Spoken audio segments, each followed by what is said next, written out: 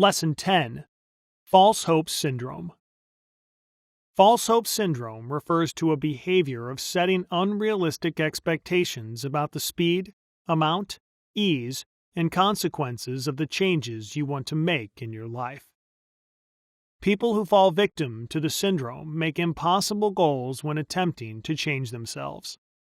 They quickly become frustrated and quit. However, they still want to change, so they make another attempt, still keeping the same impossible goals. It's a vicious cycle of frequent attempts to change and failure because of impossible goals. It all goes back to instant gratification.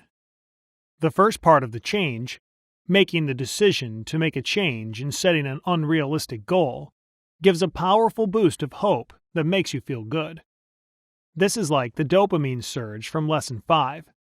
And typical instant gratification, you haven't achieved anything, but by envisioning your ideal, you already feel like you're on top of the world. False hope syndrome leads to unrealistic goals because you're overexcited about reaching them. Some common unrealistic goals are: people say I can lose on average 2 to 3 pounds a week. To hell with it. Let's make it 10 pounds a week. I'll be slim and sexy in 3 weeks. No entrepreneur succeeded with their first business idea? Yeah, right. I'll be a multi-millionaire in a year. There's a limit on how much muscle my body can take on in a week? Nah, that's some nonsense. I'll gain 30 pounds in 6 weeks like this guy from the ad. Each of these examples sets the person up for failure. Once they start making actual changes and their excitement cools, they'll notice how difficult their goal is and how unlikely it is to achieve it.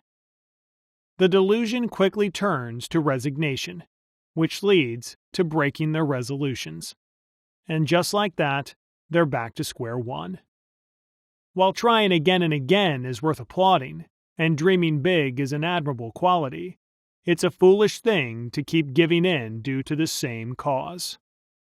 To break the cycle, change how you set your goals. First, set your goals according to the action steps you need to take to reach your goal. Second, find out what the average person achieves and adjust your goals accordingly. These steps are especially important if they're related to something you have little idea how to do. Thanks to this simple change in your attitude, you won't get discouraged by not reaching your unrealistic expectations. You'll be able to train your willpower to keep going instead of changing to resignation. You'll get more of the smaller excitements when you see your results and reach your realistic goals. Break the cycle of starting over and over again.